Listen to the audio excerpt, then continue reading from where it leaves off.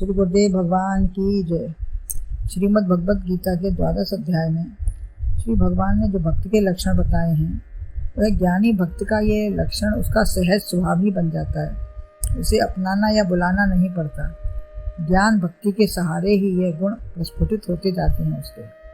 जैसे सूर्योदय से प्रकाश होने पर औषधियों को जीवन व जन समुदाय को कार्यशीलता स्वतः प्राप्त हो जाती है, ऐसे ही ये सारे लक्षण भक्त के अंदर स्वतः प्रकट होते हैं। मन बुद्धि इंद्रियां सब उसकी भगवत परायण होकर भगवान के ही आश्रित पूर्ण रूपेण परायण होता है। वह निरहंकार तथा वैराग्य का सूचक 13वां श्लोक है।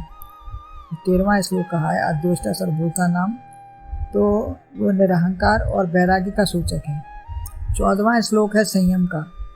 15वां श्लोक है शांति की पराकाष्ठा तथा क्षोभ रहित होना। स्वयं शांत रहता है भक्त और उसके साथ वाले को भी शांति मिलती है। 16वें में वह दक्ष होता है। भगवत सेवा की निपुणता उसमें होती है। 17वें में भक्ति भाव का आनंद है। भक्ति भावना ही हिलोरें लेती रहती हैं उसके हृदय में। 18वें में समता का भाव और उसका अंतःकरण सम रहता है। 19वें श्लोक में भगवत निष्ठा उसकी दृढ़ होती है। किसी से किसी बात का उस पर प्रभाव ही नहीं पड़ता। भगवान ही उसका घर है। वह भगवान में और भगवान उसके हृदय में वास करते हैं। अब 20वें श्लोक में कहते हैं इसमें कुछ भिन्न भाव लक्षित होता है। 20वां श्लोक है ये तो धर्म्यामृतबदम यथोक्तम पर्युपासते श्रद्धाना मत परमा भक्तास्ते तीर में प्रिया। अर्थात जो मत परायण इस अमृत में धर्म में अनुरक्त है, वे नित्य श्रद्धावान जन मेरे परम प्रिय भक्त हैं। इसका अन्वय है तू ये श्रद्धाना मत परमा इदम यथा उक्तम धर्म्यामृतम पर्युपासते ते भक्ता मे अतीव प्रिया।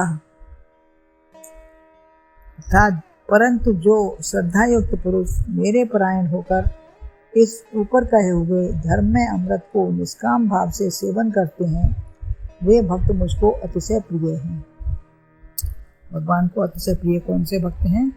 जो इस धर्म में अमृत को अपनाते हैं। इस अमृत को अच्छी प्रकार से उपासना करते हैं, वे भक्त मुझे अतिशय प्रिय हैं। ज्ञानी भक्त तो भगवान को जानता है, उसकी निष्ठा है, समर्पण है। संसारी कुछ भी उसे उद्वेलित नहीं करता।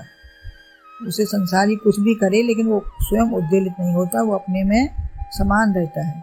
उन्हीं के प्रेम में पूर्ण है, अलग नहीं है। किंतु जो इस प्रकार कहे हुए धर्म में अमृत को उपासना या उसके लिए प्रयत्न भी करते हैं, तो ये लक्षण भी उनके प्रकट हो जाते हैं, धीरे धीरे प्रकट हो जाते हैं।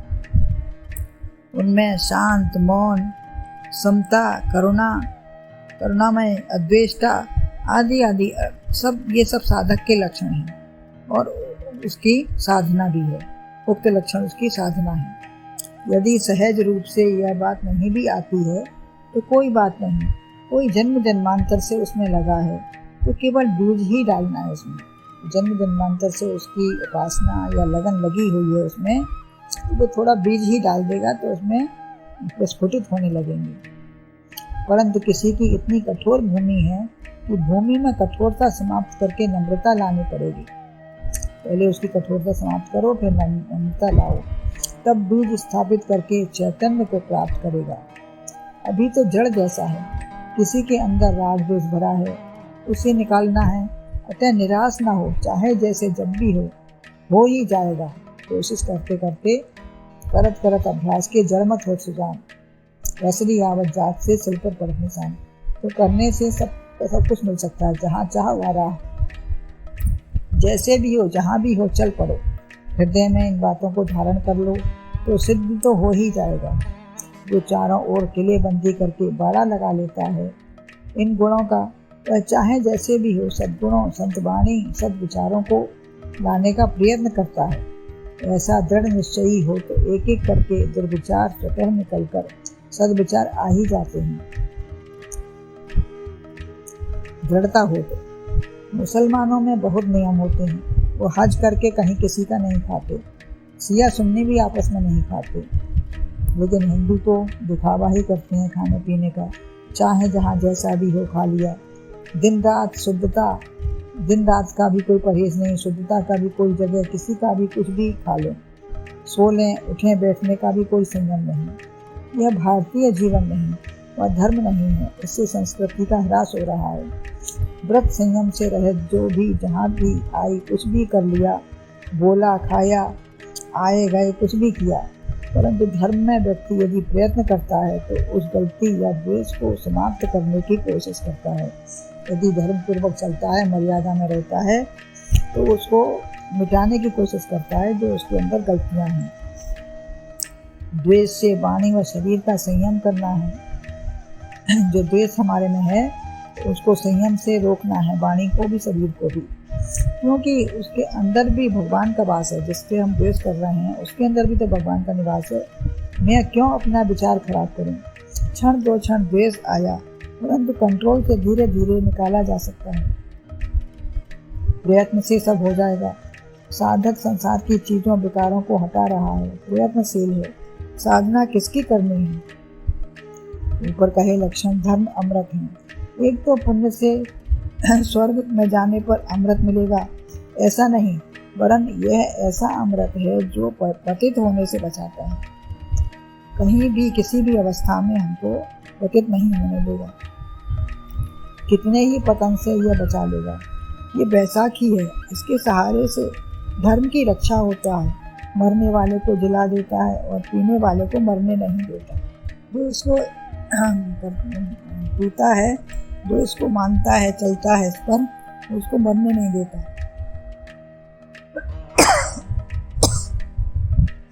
इस अमृत की एक बूंद भी पर्याप्त है जीने के लिए। अतः इन 33 बूंदों में से यदि एक बूंद भी पीकर संतुष्ट हो तो लड़ना झगड़ना समाप्त हो जाएगा। फिर न सोचती न कांक्षती। ऐसा करने वाले का अंतःकरण दुखी नहीं होगा। कोई कुछ कहे, दे दे, कोई ले ले, कोई आ जाए या चला जाए, मान अपमान हो जाए, एक शोक न करने से सब कुछ मिल गया। उसको न शोक होगा, न दुख होगा, न परेशानी होगी, उसको सब कुछ मिल गया, शांति मिल गई। बहुत बोझा तुमसे ना उठे तो तृण भर तो उठा सकते हो। जो बात सबसे सरल, मधुर, आसान लगे उसे अपना लो। एक अक्षर एक भी अपना लेंगे तो गलत काम नहीं होगा या गलत नहीं करेगा। और ऐसा व्रत ले लो तब तो यह अध्याय पढ़ना भी सार्थक है। अर्थ वही है जब जीवन में आ जाए। यह तुरंत पीते ही लाभ मिल देने वाला है। श्रवण मात्र से आनंदानुभूति होती है। जीवन ऐसा बन गया तो भगवान प्रकट हो गए। एक एक लक्षण से सब आगे मिलता जाएगा। सिमट सिमट जल भरें तलावा, जिन सद्गुण सज्जन पर आवा। हम एक लक्षण को अपनाएंगे तो धीरे धीरे और सब अन्य लक्षण भी उसी में समाते चले जाएंगे। ये तुरंत पीते ही लाभ देने वाला है। श्रवण मात्र से आनंद अनुभूति है। जीवन वैसा ही बन गया तो भगवान प्रकट हो गए। चाहे पहले लक्षण अपनाएं, चाहे भक्ति पे पीछे अपनाएं, कुछ भी अपनाएं, चाहे पहले लक्षण अपना लें, चाहे भक्ति करें। भगवत प्रेम भक्ति भावना हो जाने से संसार कुछ भी कहे, किसी से कोई प्रयोजन ही नहीं रहता। ये मृत होने से बचाता है। संसारी बातें रोज मारती हैं, रोज बुलाती हैं। संसारी बातों से तो रोज मरना जीना हम देखते ही हैं। उदाहरण रूप एक पुरुष ने 3 कन्याओं से अपना विवाह कर लिया। 3 कन्याओं से एक पुरुष ने विवाह कर लिया तो तीनों ने झगड़ा करके मुकदमा किया तो उसे मृत्युदंड दिया गया। लेकिन दूसरे वकील ने उसका भोगमय जीवन बना दिया। हमें तीनों को रखना पड़ेगा, तीनों को रखकर जिए। यह मृत्यु से कठिन है। तीनों को रखना तो बहुत बड़ा मृत्यु जैसा ही है, रोज मरेगा जिएगा। अतः आसक्ति हटाने वाला ही मुक्त है। जो इन चीज़ों से आसक्ति हटा लेता है वही मुक्त हो पाता है, आनंदित है। संसार मृत बनाता है। सत्संग के वचन अमरता जीवन दान देते हैं। यह धर्म है और अमृत है। भारत या हिंदू मानव धर्म के अनुसार किसी भी जाति वर्ण हर एक को जीवन देने वाला है। किसी भी जाति वर्ण का हो, कोई भी हो, ये हर एक को ये अमृत जीवन देने वाला है। इसके सेवन करने वाला भक्ति भावना वाला भगवान का प्रेमी है। 6 अंगों वाली इस भक्ति को नमस्कार नम्रता पूर्वक नमन करे। न मैं इति नमः, मैं ये नहीं हूँ, न इदम अहम, न ये मेरा है, मैं कुछ नहीं हूँ, जो कुछ है सो आप है। हाथ जोड़ना मैंने करिष्य वचनन, तब मैं आपके वचनों को पालन करूँगा, आपकी आज्ञा का शिरोधार है। सिर झुकाना माने बुद्धि भी तुम्हारी है, मैं जो आज्ञा पालन जो आपकी आज्ञा के में रहेगी। इस प्रकार से भगवान को नमन करते हुए उन्हीं के परायण हो जाएं तो हमारा यही जीवन अमृत बन जाएगा। गुरुदेव भगवान की जय। ढंग बताते हुए उनके कार्य कर्म कौशल को बताते हुए आगे वर्णन करते हैं। 20वां श्लोक है, अंतिम श्लोक 12वें अध्याय का। भक्ति को सुगम भगवान ने बहुत बताया। भक्ति मार्ग ही सबसे सुगम है। भगवान ने कहा जिस साधन से भी हो सके परमात्मा की प्राप्ति करना है। लक्ष्य जो है वह तब अवश्य पूरा होगा ही। उसके अंगीभूत अनेक साधन भी और ज्ञानी भक्त के लक्षण भी बताए हैं। इसके पूर्व वर्णन में ज्ञानी भक्त बताए जो सिद्धावस्था को प्राप्त हो गए हैं। लेकिन यहाँ कहा जो अभी एक नहीं हुआ भगवान से, अपने को सच्चिदान नहीं अनुभव कर सका है, वह मुझे ही अपना सर्वस्व अपना आश्रय मानकर कृतार्थ होता है। परमात्मा का ही अपने हृदय में स्थान दिए है। परमात्मा को ही सब कुछ मानता है, अपने हृदय में स्थान दिए है। जैसे वो रखे वो रहेगा, जो कराए सो करने को तैयार है, वह भगवान के ही परायण है। अतिशय श्रद्धा है। भगवान की चर्चा श्रवण करके उन्हीं का प्रेमी हो गया। जैसे कन्या ने केवल वर के गुण ही सुन करके वर के प्रति प्रेम जागृत हुआ, यह है श्रद्धा। ऐसे ही अभी भगवान का दर्शन नहीं हुआ, केवल सुना ही है। जैसे विभीषण जी को हनुमान जी ने केवल सुनाया भगवान के विषय में, तो कहा श्रवण सुन आयु प्रभु बंजन भववीर, त्राहि त्राहि आरत हरण श्रवण सुखद रघुवीर। तो सुनकर ही इतनी श्रद्धा जागृत हो गई कि सोने की लंकाधिपति भाई रावण को छोड़ा, घर द्वार सब छोड़कर केवल राम के चरणों के दर्शन की लालसा ही रह गई। सब कुछ छोड़ दिया, तो भगवान के ही पास जाना है, उन्हीं के दर्शन करना है। गोपिका राधा ने सुना कि नंद बालक बड़ा सुंदर है। बंसी की धुनी भी कानों में पड़ी तो उनका मन उनमें लवलीन हो गया। वो उससे अलग रह नहीं पाई, बिलग नहीं हुई। बेचैनी से ललिता सखी से कहती हूँ, बिना श्याम को देखे मुझे चैन नहीं पड़ रही। चित्र को देखकर चित्त उन्हीं में लग गया है। एक पुरुष की वंशी सुनी, श्याम सुंदर का वर्णन सुना, अतः एक मन तीन में लग गया। वंशी सुनी, पुरुष को देखा और श्याम सुंदर का वर्णन सुना, तो मन उसी में लग गया। मुझे तो मर जाना चाहिए। सखी ने बताया वह 3 नहीं एक ही पुरुष है, वही एक पुरुष पुरुषोत्तम है। तब उनका मन बिना देखे ही उधर लग गया। दर्शनों के लिए छटपटाहट हो गई।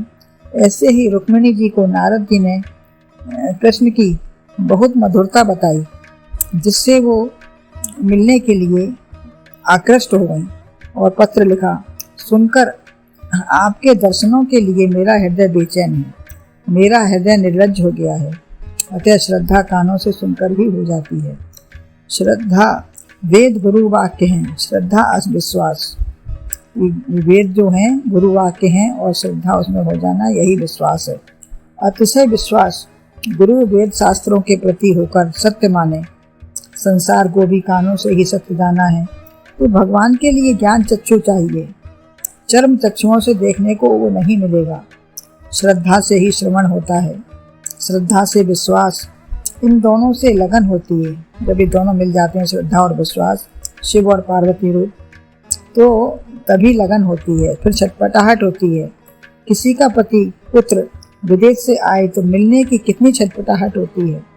यही चीज शिष्य या भक्त के हृदय में हो तभी वह मिलता है, अन्यथा वह अंगूठा दिखाकर ही चला जाता है। महापुरुषों, गीता, रामायण, वेद वाक्य में श्रद्धा व पूर्ण विश्वास हो तभी लगाव होगा, तभी श्रद्धावान लगते ज्ञानम। ऐसी श्रद्धावान ही ज्ञान को प्राप्त कर सकता है। सत्य मान लेना ही श्रद्धा है। बिना देखे अंधविश्वास इसे न माने। इसे ऐसा न मानो कि ये हमने देखा नहीं तो ये अंधविश्वास रूप है, ऐसा नहीं, वरन अपनी बुद्धि पर विश्वास करना ही अंधविश्वास है। स्वबुद्धि पर विश्वास ही अंधता है, अज्ञानता है। अपनी बुद्धि पर विश्वास ही अंधता है, अज्ञानता है। नेत्र वाले वह हैं जो बड़े गुरुओं की शास्त्र की बात पर विश्वास करके उस पर चलते हैं। यह श्रद्धा ज्ञानी भक्त और सामान्य जन सबके लिए आवश्यक है। सुनकर प्रेम हो गया, श्रद्धा हो गई। जिस मार्ग पर गुरु ने चलाया उस पर चला तो आत्म साक्षात्कार हुआ। यह इसी विश्वास श्रद्धा का फल है। यह एक प्रारंभिक बात है भक्त की। तो प्रारंभिक बात है कि गुरु और वेद वाक्यों पर चलकर अपनी श्रद्धा को जमा लेता है। सुन समझें जन मुदित मन, मज्जहीं अति अनुराग, लहें चार फल अछत तनु, साधु समाज प्रियाग। तो इससे सारे चारों फल प्राप्त हो जाते हैं, अर्थ धर्म काम मोक्ष। सावधान मन कर पुनि, शंकर लागे कहन कथा अति सुंदर। ये सावधान मन से मन लगाकर ही सुनी जा सकती है। ऐसी कथा बिना सावधानी, श्रद्धा, विश्वास न कही न सुनी जा सकती है। न कोई कह सकता है बिना सावधान हो गए। सावधान संसार से हो जाओ, विकार हमें आकर्षित न कर पाए, तभी यह आनंद और अनुराग मिलेगा। संसार में सावधान रहें कि हमें उधर ना कोई हमारी वृत्ति उधर ना मिल जाए, लग जाए। मन बुद्धि को अतिशय प्रेम के साथ सावधान करके यहाँ पर लगा दो। भक्ति के 6 अंग हैं, तभी दृढ़ता आती है। पहला है नमस्कार, अतः नम्र होकर झुक जाएं, नमक की डली की तरह घुल मिल जाएं। वो कठोर है परंतु पानी में पड़कर स्वयं घुल जाती है और जहाँ पड़ जाता है उसे भी गला देती है। ऐसे ही श्रद्धा उमड़े, नम्रता आए तो अगले को भी नम्रीभूत बना देती है। जिसकी श्रद्धा और नम्रता है तो वो अगले सुनने वाले, उसके साथ वाले को भी नम्रीभूत बना देती है। अहंग को छोड़कर समस्त विकारों को भी गला करके तद्रूप हो जाता है, उसी के जैसा बन जाता है। गई पुत्री लोन की सिंध था हसी लेन, बैठत ही घुल मिल गई, बैठ कहे को बैन। अब किससे कौन कहे, उसी में घुल गई तो वो एक हो गई। अतः यह प्रथम अंग है। दूसरा स्तुति, भगवान के गुणों का अनुसंधान, विचार, स्तुति कर व प्रार्थना तथा कथा करना। जैसे जिसकी आसक्ति है तो उसकी ही कथा कर हर समय करता है। जिसकी जिसमें आसक्ति होती है उसी की अच्छाई बुराई जो भी उसके मन में होता है वही कहता है। तो शरीर की, बच्चों की, नौकर की, अतः जहाँ मन लगा होगा उसी की कथा कहेगा। कोई कोई गुरुजन भगवान की कथा कहते हैं, उनसे श्रेष्ठ कौन होगा? तो सारे त्रैताप, मुसीबत, विपत्तियाँ नष्ट कर देते हैं। अतः जो कथा व्यथा है, व्यर्थ है, विषा है, अनर्थ है, अन्यथा है, उसको न कहो।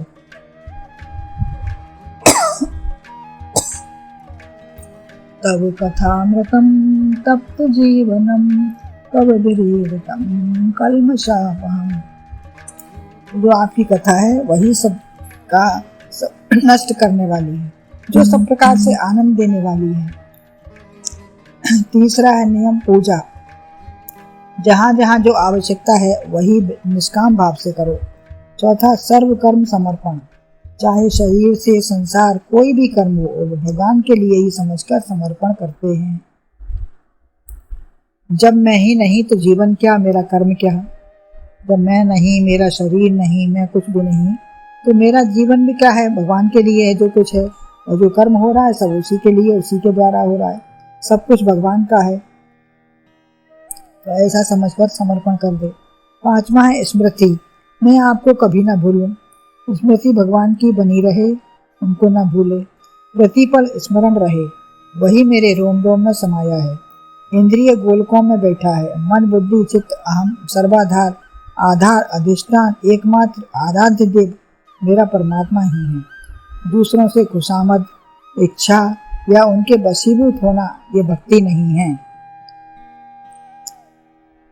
छठा है तब कथा श्रवण, आपकी ही कथा सुनूं और मुझे कुछ प्रिय लगता ही नहीं। चाहे गुरु, भक्त, आत्मा, निराकार, साकार किसी भी रूप का अनुसंधान करे, इसमें प्रीति करना ही भक्ति का साधन है। ऐसा श्रद्धा विश्वास वाला भक्त मेरे परायण होता है।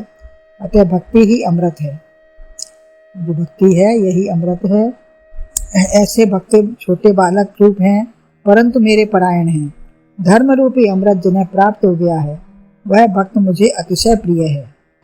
ये धर्म रूपी अमृत में जो लगे हैं, प्रिय है, वो मुझे भी अतिशय प्रिय है। ज्ञानी भक्त तो कहा मुझे प्रिय है, लेकिन यहाँ अतिशय प्रिय कहा है। ऊपर के लक्षण अभी पाए नहीं हैं।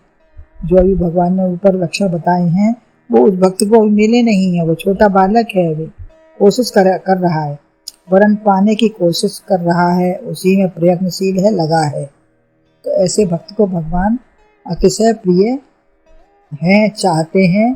भक्त भी चाहता है और भगवान भी उसी को चाहते हैं। गुरुदेव भगवान की जय। श्री गुरुदेव भगवान की जय। श्रीमद् भगवद गीता का 12 अध्याय में श्री भगवान भक्तों के लक्षण बताते हुए आखिरी में अंत में अमृत रूप श्रद्धा का वर्णन करते हैं कि ये तू धर्म्यामृतमिदं यथोक्तम परिपास्ते श्रद्धाना मत्परमा भक्तास्ते तीन में प्रियः। अर्थात मेरा सबसे अति प्रिय भक्त कौन सा है? मत्परमा, मेरे परायण हो जाए। दूसरे अध्याय में भी कहा है भगवान ने, तानि सर्वाणि संयम में युक्त आसीत मत्परा। तो संयमित इंद्रियों वाला मेरे परायण होगा। जिसकी इंद्रियां संयमित होगी वही मेरे परायण हो पाएगा। बुद्धि स्थिर होगी, फिर चंचलता तो संभव ही नहीं है। जब स्थिरता आ गई तो चंचलता कहाँ रहेगी? एक ही चीज रह सकती है, परमात्मा स्थिर है। 11वें अध्याय के अंतिम श्लोक में कहा था कि मत कर्म कृन मत परमो मत भक्त संग वर्जिता। तो मेरे लिए सब कर्म करो, मेरे परायण हो जाओ। और यही श्लोक मानो 12वें अध्याय की व्याख्या है, और यही 12वां श्लोक 12वां अध्याय पूरा है।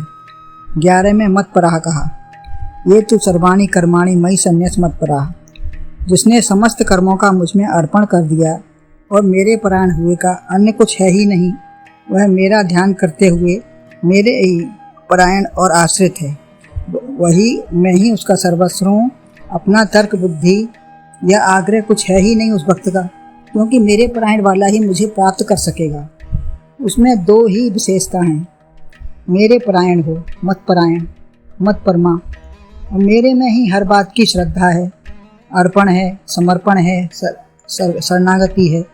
तो यहाँ संसार से हटाकर शुद्ध श्रद्धा भगवान में ही लगानी है। यह आराधना का सूत्र है। केवल भगवान ही उसको सर्वत्र दिखाई दें और अन्य कुछ संसार में व्यवहार करते हुए भी सबसे अलग रहे, जग में रहे, सब जग से दूर रहे। अपने को देखें कि हमारी श्रद्धा और परायणता किधर है। आत्म अनुसंधान करता रहेगा तो प्राप्ति हो ही जाएगी। बार बार अपने को देखता रहे, निहारता रहे, अपना टेम्परेचर देखता रहे कि हमारी कितनी श्रद्धा कहाँ जा रही है। यही अमृत है, यही धर्म में अमृत है। यही उपनिषद भी कहती है, मृत्यु और माँ अमृतम कमे। तो संसार मृत्यु की ओर जा रहा है। संसार शव है, विष है, परमात्मा अमर है, अमृत है। मर की ओर न चलकर अमर की ओर जाकर अमर हो जाओगे। भगवान शंकर संसार को भस्म बनाकर अपने में लपेट लिया है, अतः वह महान है। यहाँ धर्म अमृत की उपासना बताते हैं। त्याग की आवश्यकता नहीं है, कुछ त्यागना नहीं है। त्याग तो स्वयं है। जब परमात्मा से मिल गए तो संसार अपने आप अलग हो गया। श्रद्धा प्रेम के साथ अहिंसा भी है। कुछ लोग या तो संसार की हिंसा करके अपनापन दिखाते हैं या अपनी ही हिंसा करते हैं आत्मा की। अपनी आत्मा को ही छोड़ देते हैं तो आत्मा की हिंसा हो गए, आत्मघाती बन गए। दोनों चीज बनी रहें, यही भगवान यहाँ कहते हैं। जैसे एक संत घास छीलते थे, एक राजा ने उपदेश मांगा तो उन्होंने कहा मुकुट फेंक दो और अपना हसिया फेंक दिया। तो यही उपदेश हुआ। दोनों मनुष्य हैं। कोई उपाधि अगर कुछ कर रहे हैं तो उसकी उपाधि बन गई हमारी। उपाधि त्याग कर एक तत्व सब में है, वही एक तत्व मनुष्यता सब में है। लेकिन यह उपाधियों सहित भी तुम हो, तुम कहीं गए नहीं हो। मैं चाहे पुस्तक, कर्म, कौपीन, राजसी रज्जू में जंगल में कहीं भी घर में कहीं जंगल में कहीं भी रहूं, लेकिन अविनाशी तत्व भी मैं ही हूँ। अविनाशी तत्व मैं ही हूँ। शरीर से क्या क्या उतारोगे? सब नहीं उतार पाओगे। शरीर में जो भी पहने हैं, रखे हैं, जमा करे हैं, समझे हैं, तो सब चीज़ तो नहीं उतर पाएगी। अंदर बाहर कुछ ना कुछ रह ही जाएगा। मन से उतार कर परमात्मा को जानो और एक ही तत्व है, वही सच्चिदानंद है। उसी को जानो, पहचानो, उसी में रमण करो। इस धर्म अमृत का पान करना है। विराट परमात्मा ने विश्व को धारण किया है, तो क्या वह परमात्मा नहीं है? विराट परमात्मा ने जब विश्व को अपने में धारण किया है, विश्व सब उसी में समाया हुआ है। मुझसे परे कुछ भी नहीं, संसार का विस्तार है। तो जो भी हम धारण करते हैं, जो भी करते हैं, क्या परमात्मा नहीं है? वो भी परमात्मा ही है। कर्ता, समेटता, पालन करता भी परमात्मा है। निर्लिप्त, निराकार भी वही है। ऐसे जानने वाले ही मेरे श्रद्धालु भक्त हैं। अन्य सब जगह भक्तिमान या ऐसा भक्ति ही मुझे प्रिय कहा है। यहाँ तो अति प्रिय कहते हैं। अति प्रिय कौन है? यह अव्यय है, जिसका नाश या क्षरण न हो, परिवर्तन नहीं होता, ज्यों का त्यों बना रहता है। जो थे हम आज ही हैं, जो थे कल वो भी आज भी हैं, प्राचीन हुए न नवीन हुए, सदा वही रूप, वही परमात्मा का अंश है। ऐसा नहीं छोटे में या आज प्रिय हैं, कल नहीं होंगे। इष्टोसी में दृढ़मिति ततो बक्ष्यामि ते हितम। आज कुछ कल कुछ ऐसा नहीं है, सदा प्रिय हैं। समर्पण वाला भक्ति ही अति प्रिय होता है। जो पूरा समर्पण कर देता है वही अति प्रिय होता है। जैसे बच्चा माँ के प्रति समर्पित रहता है, तो माँ उसके प्रति पूर्ण श्रद्धा से रहती है। स्वामी के पीछे सेवक की तरह भगवान भी उसके पीछे पीछे रहते हैं। मैं तो हूँ भक्तन को दास, भगत मेरे मुकुटमणि। देखते हैं उसे क्या चाहिए, वही दे देते हैं। वास्तविक भक्त को संसार या पद प्रतिष्ठा, भोग, ऐश्वर्य नहीं चाहिए, भगवान ही चाहिए। वह पूर्ण आत्मसमर्पण कर देता है। कथा कहीं हो तो भक्तों की हो। कथा का सागर है भक्त का हृदय, भगवान का हृदय। भक्त का हृदय कथा का सागर है, भगवान का हृदय बन गया, वही अमृतमय हो गई। भक्तों को भक्त की कथा सुनते, भगवान की कथा सुनते सुनते भगवान की प्राप्ति हो ही जाती है। वैसा ही अवतरण हो जाता है उसके हृदय में। यहाँ तीन बातें चाहिए: जिज्ञासा, सामर्थ्य और गुरु का अनुग्रह। तभी उसका रसास्वादन मिलता है। यह ज्ञान रूप अमृत है। अमृत ज्ञान रूप परमात्मा है। एक शब्द के अनेक नाम हैं। जिज्ञासा से ही वह मिलेगा। दूसरा है सामर्थ्य। इंद्रियों में सामर्थ्य नहीं है। कान में शब्द, राग, द्वेष, मोह, आसक्ति व संसार की कथा भरी है, तो हम कैसे सुन पाएंगे? नेत्र, गोलक, कर्ण संसार से छूटकर हटकर भगवान में लगनी चाहिए। समर्थता आत्मसमर्पणता से या संसार से मन हटाकर परमात्मा में लगाने से स्वतः सामर्थ्य आती है। यही सामर्थ्य है। बलिष्ठता आती है मन इंद्रियों में, तो आत्मज्ञान धारण होता है। तो मन इंद्रियां बलिष्ठ होती हैं, उसी में मन रमण करता है, तो फिर आत्मज्ञान भी ठहरता है, धारण होता है। ये दोनों हैं, पर गुरु कृपा ना मिले। वेद उदति गुरु वाक्य हैं, लागे लोन समान, बादल गुरुमुख द्वार हैं, अमृत से अधिकान। जब गुरुमुख के द्वार से निकलते हैं तब वो ग्रहण होते हैं, तो वो अमृत से भी महान हो जाते हैं। ऐसे तो वो लोन के समान लगते हैं, सागर के समान भांति खारा लगता है। सदगुरु से प्राप्त हो तो अमृत से भी अधिक प्रिय लगता है। तब सरल आनंद में भी हो जाता है। ऐसा उपदेश धर्म में अमृत बन गया। अब पचेगा भी, प्रफुल्लता भी देगा और तद्रूप हो जाएगा गुरु में मिलकर, गुरु के वाक्यों में मिलकर, गुरु के शब्दों से मिलकर वह तद्रूप उनके जैसा ही हो जाएगा। सरिता भरत जी के लिए कहा है, जैसे स्नेह सरिता सागर से मिलने जा रही हो। तो रामचरण सागर हैं, भक्त का हृदय सरिता है। ऐसा प्रेम प्रवाहित हो तो महासागर में मिलकर नाम रूप भी खो जाता है और तद्रूप हो जाता है। आराधना से उक्त गुणों का आविर्भाव होगा। दृढ़ श्रद्धा होकर लक्ष्य रूप प्राप्ति भगवत प्राप्ति हो जाएगी। जैसा सुंदर परमात्मा है वैसा ही सुंदर वाणी है, भक्त के गुण हैं। ऐसा ही सत्यम शिवम सुंदरम उसका भाव है, रूप है। भक्त के हृदय में निवास होने से वैसा ही हृदय भक्त का होकर एकता हो जाती है, तभी यह अमृतपान होता है। दृढ़ भक्ति, श्रद्धा, ज्ञान की आवश्यकता है, तभी परमात्मा प्राप्त होंगे। यह भक्ति भाव संपूर्ण गीता में ओतप्रोत है। भक्ति भगवान को प्रिय है, भक्त को भगवान प्रिय हैं, उनका प्रेम प्रिय है। यहाँ प्रेम ही आनंद है, क्रिया रूप में व्यवहार है। आनंद की लहरें उठें तो सदा आनंद ही है, सदा आनंद है।